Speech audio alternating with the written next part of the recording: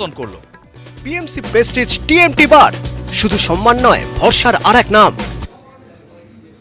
নমস্কার, আপনারা দেখছেন নিউজ 18 বাংলা, সঙ্গে রয়েছে আমি ইলমাজ। সাংবাদিকদের মুখোমুখি হয়েছেন সম্বিত পাত্র এবং দিলীপ ঘোষ। সরাসরি চলে যাব সেখানে। हम उसको समाप्त करेंगे। आज युवा शक्ति एक बहुत बड़ी शक्ति है। मैं आह्वान करना चाहता हूं युवा शक्ति का कि आप नरेंद्र मोदी जी के इस संकल्प पत्र को पढ़िए, आप भाजपा के इस संकल्प पत्र को देखिए। प्रत्येक घर से एक युवा को नौकरी मिलेगा, प्रत्येक घर से एक व्यक्ति को नौकरी मिलेगा, जिससे उसका परिवार स्वावलंबी हो सकेगा, आगे बढ़ सकेगा। ए बार सुशासन, ए बार बीजेपी, सुशासन के माध्यम से बीजेपी कैसे आगे बढ़े। देखिए, बार बार जो लोग भी बंगाल से बाहर सुनते हैं, एक बात तो स्पष्टतः वो जान चुके हैं कि इस बार चाल चोर सरकार चाहिए ना, तिरपाल चोर सरकार चाहिए ना। ये जो कट मनी की सरकार है, ये जो चावल चोर, अम्फान के पैसे को चोरी करने वाली सरकार, हर विषय में करप्शन को आगे बढ़ाने वाली सरकार, कोल स्कैम की सरकार, यह बंगाल की भूमि ऐसा सरकार नहीं चाहती है। अब वो सुशासन चाहती है, और सुशासन को लाने के लिए एंटी करप्शन के जो मेजर्स होने चाहिए, भ्रष्टाचार के विरोध जो भी ताकत होनी चाहिए, उसे भारतीय जनता पार्टी खड़ा करे। एसआईटी के माध्यम से भारतीय जनता पार्टी उन तमाम स्कैमों का जांच करेगी।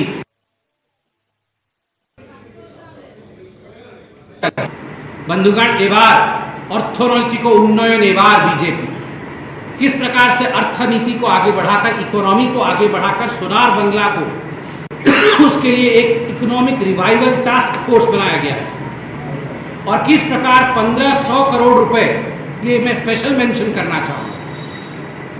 बंगाल का जो सबसे बड़ा इंडस्ट्री रहा है वो जूट इंडस्ट्री रही, और किस प्रकार टीएमसी और उससे पहले कम्युनिस्ट और कांग्रेस के राज्य में धीरे धीरे ये जूट इंडस्ट्री समाप्त हुई है, वो हम सबने देखा। 1500 करोड़ रुपए का एक पैकेज बना करके इसे पुनः रिवाइव कराना, ये भारतीय जनता पार्टी ने अपने संकल्प पत्र में कहा है, ये बहुत स्वागत योग्य कदम है।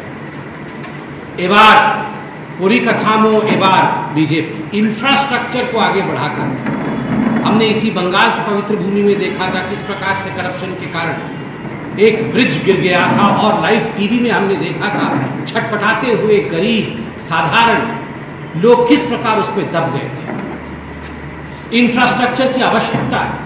इंफ्रास्ट्रक्चर को आगे बढ़ाने के लिए वो तमाम प्रयोजन किए जाएंगे जो भारतीय जनता पार्टी ने बिजली, पानी, सड़क, टॉयलेट के माध्यम से इस बार के संकल्प पत्र में आगे बढ़ाया है।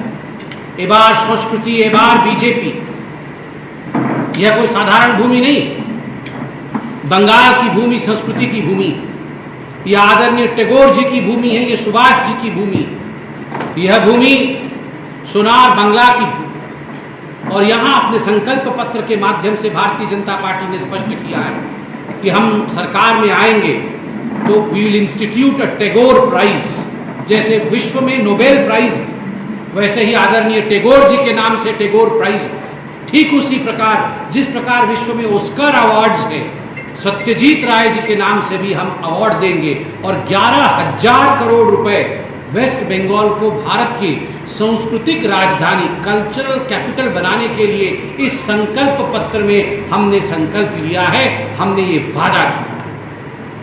11,000 करोड़ रुपए, आप याद करिए, यहाँ पर पीसी और भाईपो की सरकार थी, यहाँ करोड़ों करोड़, हजार करोड़ रुपए, हजारों करोड़ रुपए केवल और केवल अपने महत्वाकांक्षा के लिए, केवल और केवल अपने भ्रष्टाचार के लिए समाप्त कर दिया गया।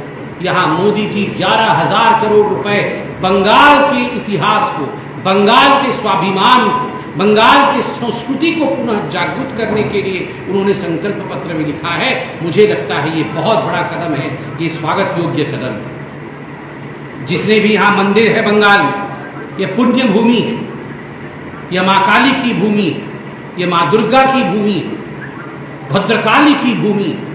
मैं सभी देवी देवताओं को यहाँ नमन करता हूँ, और मैं धन्यवाद करता हूँ भारतीय जनता पार्टी का कि करोड़ों रुपए, लगभग 100 करोड़ से अधिक रुपए भारतीय जनता पार्टी ने इन महत्वपूर्ण मंदिरों के जीर्णोद्धार के लिए, उनके रिपेयर के लिए रखा है। এবার পর্যটন, এবার बीजेपी। क्या नहीं है बंगाल?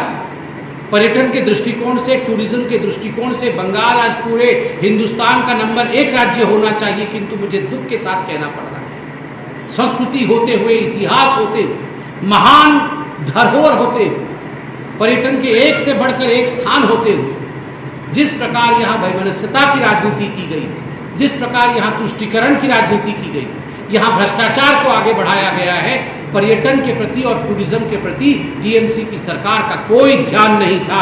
भारतीय जनता पार्टी ने 1000 करोड़ रुपया का एक कॉर्पस फंड टूरिज्म को आगे बढ़ाने के लिए अपने संकल्प पत्र में रखा है। ये स्वागत योग्य कदम है। एबार सुबार विकास, एबार बीजेपी।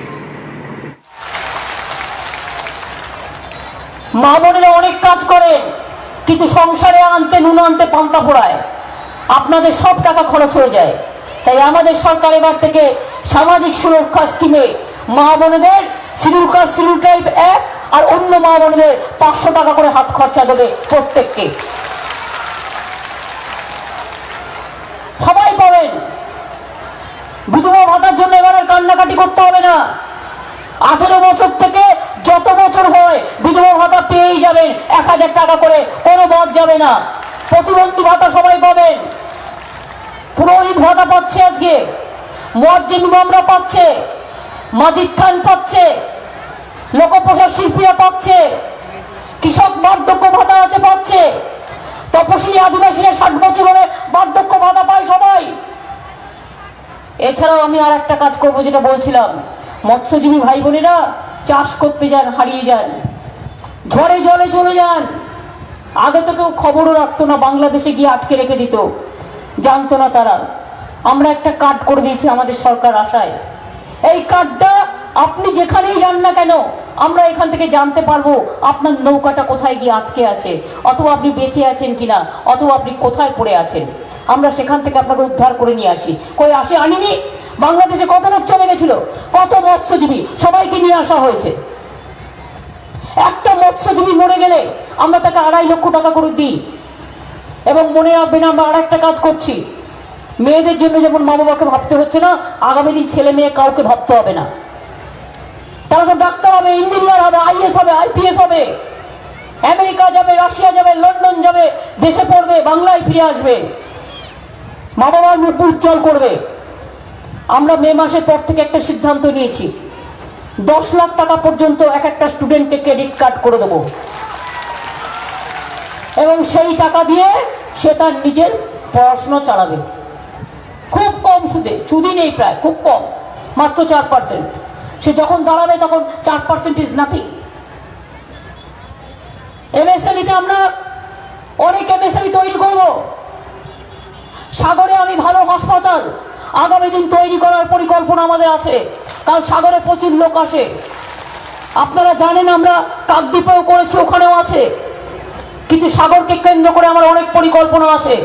কাজ করতে টাইম লাগে, একটা ব্রিজ তৈরি করতে 5 বছর 6 বছর লাগে, আর প্রতি বছর যদি বন্যা ঝড়ে ভেঙে যায় তাহলে আরো ক্ষতি হয়। তা সত্ত্বেও মুড়িগঙ্গা ব্রিজ যদি আমরা করতে পারি, দোয়ানিয়া হাতানিয়া করে দিয়েছি, আমরা ওদিকে মিয়ঙ্গ ব্রিজ করে দিয়েছি, আমরা ওদিকে আরো অনেক সেতু করে দিয়েছি। সুতরাং আমরা এই ব্রিজটা করে দিলে সাগরের মানুষের জয় জয়কার। তখন দেখবেন সবাই বলবে সব সাগর, বলবে কুম্ভের সাগর একবার, গঙ্গা সাগর বারবার, কুম্ভের সাগর একবার, গঙ্গা সাগর বারবার। চল যাই ঘুরে আসি, একবার সাগরে গিয়ে ঘুরে আসি রে। আমি সাগরে চাই ভালো ভালো দোকান তৈরি হোক, বড় বড় হোটেল তৈরি হোক, ছেলে মেয়েরা কাজ পাক, চাষি চাষও করবে, তার ছেলে মেয়েরা কাজও করবে, মৎস্যজীবীরা মৎস্যজীবীর কাজও করবে, ছেলে মেয়েরা পড়াশোনা করবে, কাজও করবে। আমার সেলফ হেল্প গ্রুপের মেয়েদের জন্য আরো 10 লক্ষ ওই মহিলাদের নিয়ে সেলফ হেল্প গ্রুপ তৈরি করছি।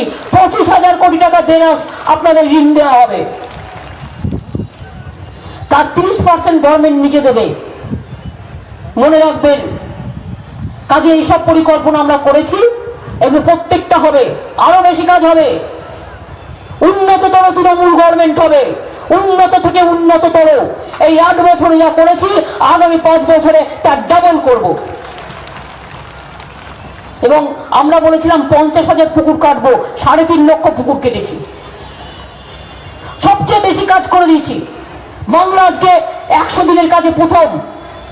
এই যারা হদল কুতকুতরে এসে বলে যায় না মমতা জি তো कुछ नहीं किया है, तो জিজ্ঞেস করুন তো 100 दिन का काम पे ममता जी 1 नंबर कैसे हुआ है?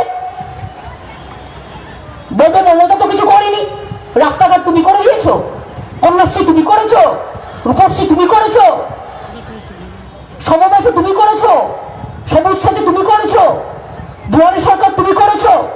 বছরে 4 মাস করে দুয়ারে সরকার হবে, কারো কাছে হাত পাতবেন না, নিজে ডাইরেক্ট দরখাস্ত করবেন, ডাইরেক্ট সরকার দেবে।